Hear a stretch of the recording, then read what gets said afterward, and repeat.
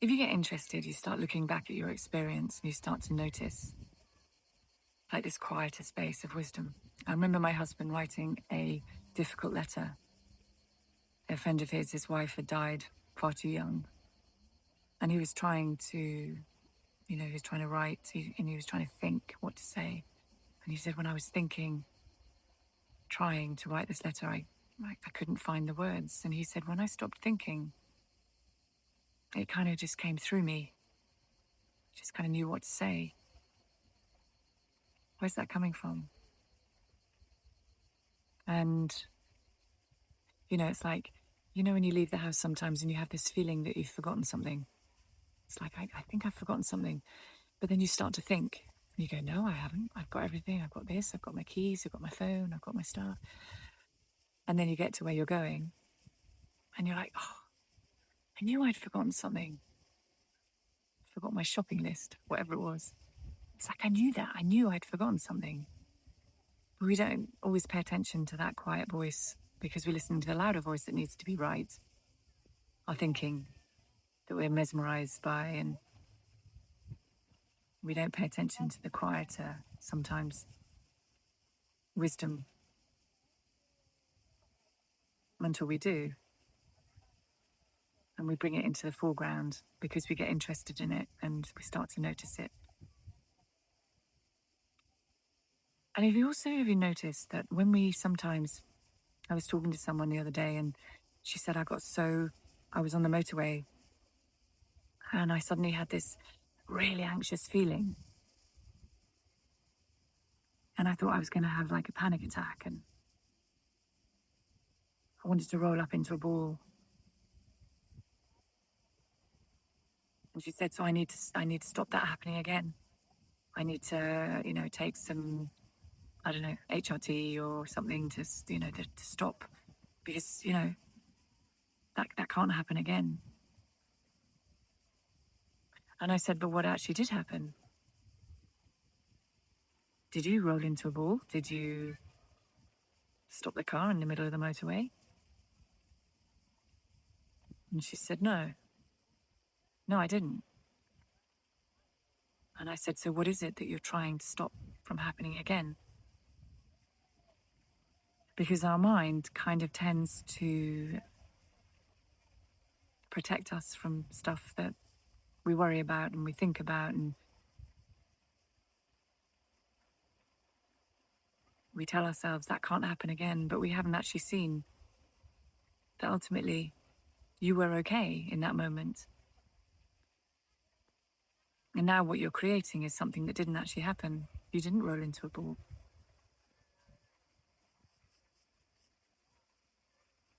It's funny as well, I had this experience where I was swimming in this reservoir and it was really cold and I was a bit stupid. I didn't have a wetsuit or anything.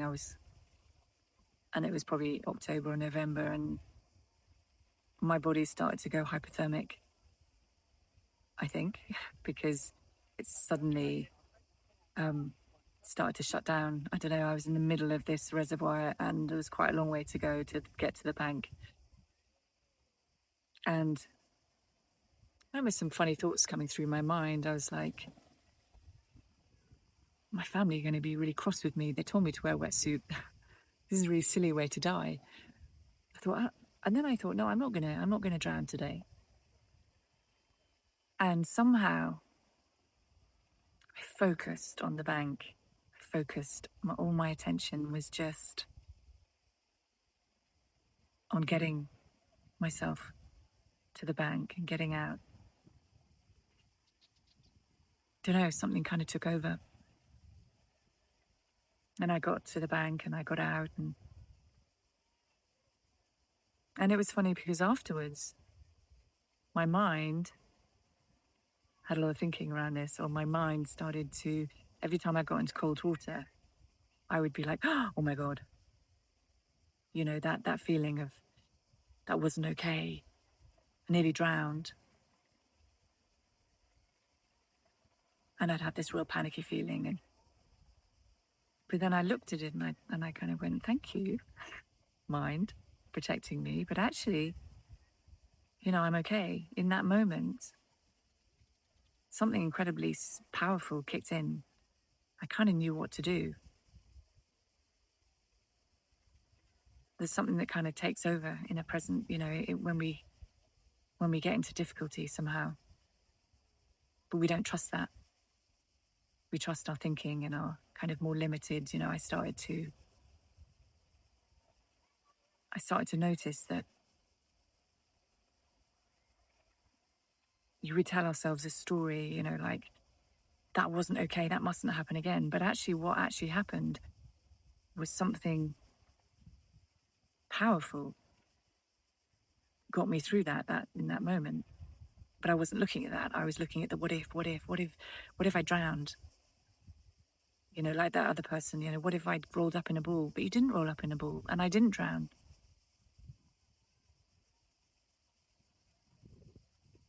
And I remember this day, I noticed, it's about looking back at your experiences of life.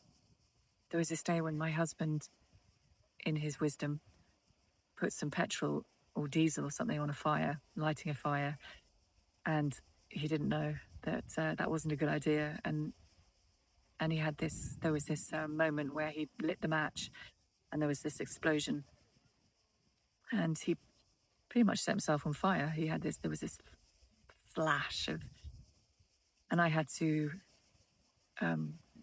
get him to the intensive care, and he went off to the burns unit. And that same day, something else happened, and my daughter, she was very little, and I was a bit distracted, dealing with the burns unit and the doctors, and we were somewhere, and anyway, she nearly drowned. There was just this moment of, and I remember my sister calling me, and she was like, "What's going on?" And I said, "Well, I've just got Pete's kind of been wrapped in cling film, and he's been taken to the burns unit, and and Georgia just nearly drowned, but she didn't drown." And and I was talking, and my sister was like, "Oh my God, Kate, how are you doing this?" It was like somehow, I don't know, something greater than me, something was kicking in, this resilience that we have, that maybe we don't notice it until we really get interested and we look at it. And it's there and it's within us all. And we don't necessarily pay attention to it until we get interested and we look back in our lives at things that we never thought we would have coped with, but we did cope with. And we start kind of seeing what is possible rather than what isn't possible. To start to see everything differently. Because you come out of the confines of your mind and you start to see what's really true, or what we're really capable of.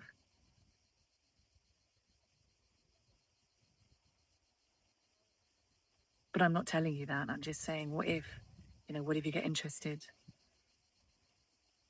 And you might say, well, that's not true. That's not true for me. In which case it won't come alive.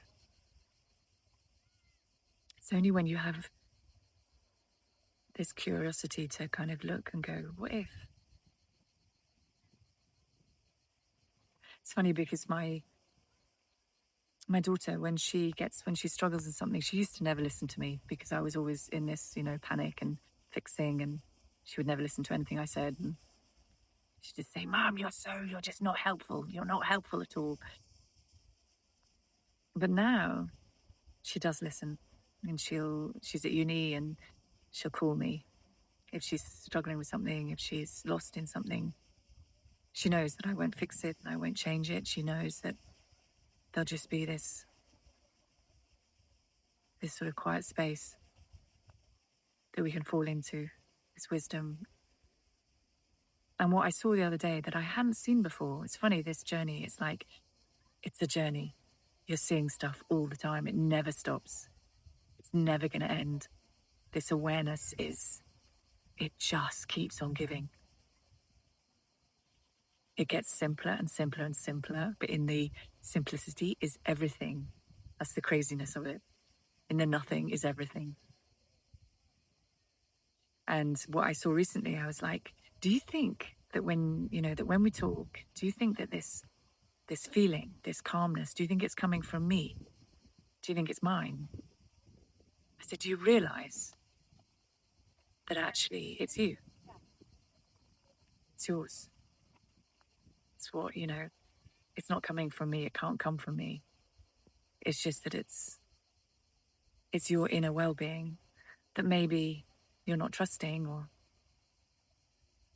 that what you're feeling in this space cannot come from someone else. It comes from you. It's yours.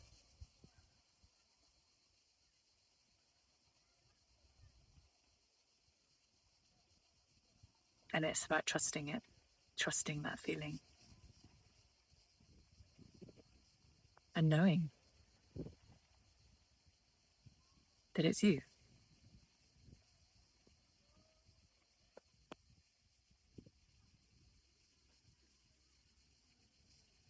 But you won't believe me. And I don't want you to. That's temporary.